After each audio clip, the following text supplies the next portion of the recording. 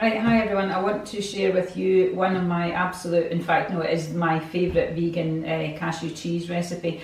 I've tried quite a few, over the last wee while, and this one I'm going to share with you today is absolutely delicious. It's quite simple. It's full of absolutely fantastic ingredients. There's no thickeners or firming agents or anything. It's just all nice, lovely, natural ingredients.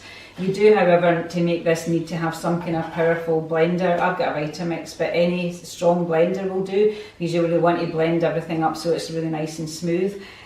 So what you need to do this, you need a cup of cashew nuts, and what you need to do is to soak them overnight. So I've got a cup here of cashew nuts that I've soaked overnight just in cold water, and I've just drained them. So you're going to put them in your processor. The other thing as well is vegan cheeses are actually very expensive to buy, and they're actually really easy to make yourself. Right, so that's my cashew nuts going in. Next ingredient is, I don't know, we couldn't live without nutritional yeast flakes.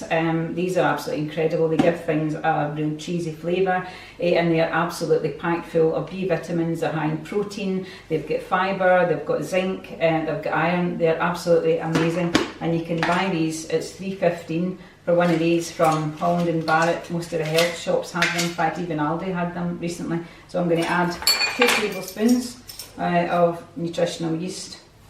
And that's going to give it a lovely cheesy flavour. The other ingredient that's going to give it a bit of real sort of cheesy flavour is white miso. Miso is fermented soya. It's fermented soya and rice. This is a white miso, which is really lovely and mild, and it just adds a fantastic flavour to your cheese. It also adds live enzymes, probiotics, so it's an incredibly good for you ingredient, which we use in the cheese all the time. So I'm going to add 2 teaspoons of my white miso, and I really would say you really do need this. It just gives it fantastic flavour. This one is from Waitrose, and you only need 2 teaspoons at a time, so 2 teaspoons. Already we're just starting to build up fantastic flavour in here. Right, that's our white miso. Then what we're going to do is add, I've got some coconut oil, which I've actually melted, so to make it easier to measure in. That's going to give it a lovely mouthfeel as well. Coconut oil is really fantastic stuff. It's antiviral, antifungal, antibacterial, boosts your metabolism, and it just tastes great. So I'm going to add 2 tablespoons of coconut oil, melted. Next up is another flavour ingredient, which is garlic, which I absolutely love. So I am adding fermented garlic because that's probiotic, it's prebiotic. If you don't have fermented garlic, you can add garlic powder, or you can just add normal garlic. I find normal garlic's a bit harsh, to be honest, so that's why I like to add the fermented stuff in it, which I add to everything. So this one's been fermenting for about a year, so I'm going to add, that's all I've got left, I'm going to add about 2 cloves. I've added an extra one of fermented garlic. Next up is a couple of tablespoons of lemon juice, and again this is a really lovely light summery cheese. 2 tablespoons of lemon juice. I've got some nice herbs in the garden at the moment, so I've got some thyme, so I'm just going to put about a couple of teaspoons of thyme in as well too. This is a nice thing with this, you can vary it and add what you have. So that's all of our ingredients in there, and I'm also going to put in a wee bit of salt. Not a lot, just a wee half teaspoon, because cheese is supposed to taste a wee bit salty. So about a wee 1/4 teaspoon of salt. So yeah, that's all our ingredients. Everything in there, all fantastic ingredients. So what I'm going to do now is to put the lid on, and I'm just going to blend it up, and I'm going to blend it up for a good couple of minutes until it's really nice and smooth. Right, that's us all blended up. That's a couple of minutes, just giving that a good old blend until it's really lovely and smooth and creamy. It's fairly soft at this stage. What you can do if you want, you can just eat it as it is, like a sort of cream cheese, or what we like to do is to form it into a log. What to do for that, you need to firm it up a wee bit. So what I've got here is just a wee dish, and I've put 2 or 3 layers of cling film.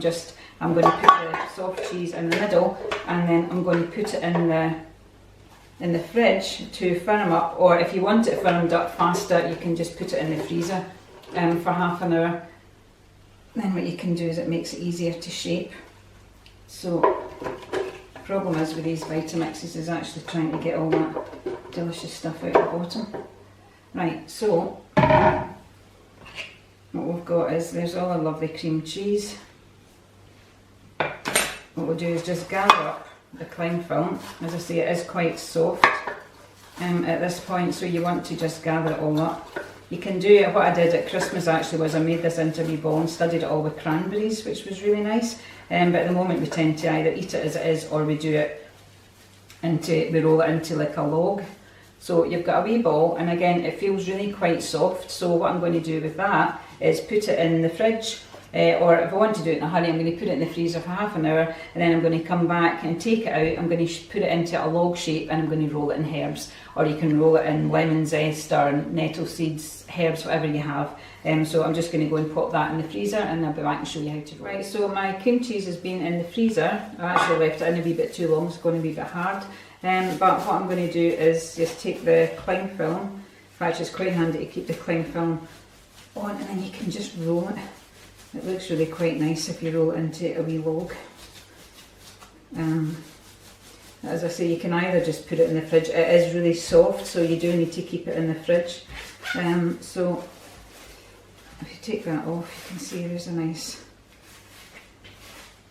lovely wee vegan cheese log. And what I tend to do is I just put it on a bit of greaseproof paper. So it's really nice. I do make these for people actually quite often, so it's nice to put them on a bit of greaseproof paper.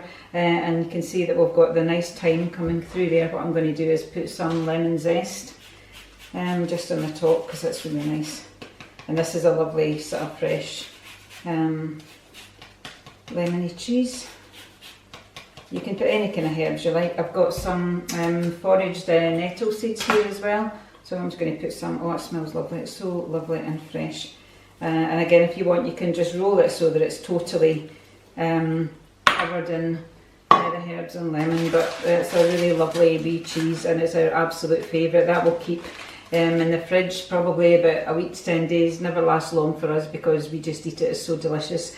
So that's a lovely, simple cashew cheese. All you need to remember is you have to soak your cashew nuts overnight, and then you just add everything else, blend it up, and you just put it in the fridge or you put it in the freezer, and then you can shape it. So I hope you give that a go and enjoy it, because we certainly do. It's fantastic.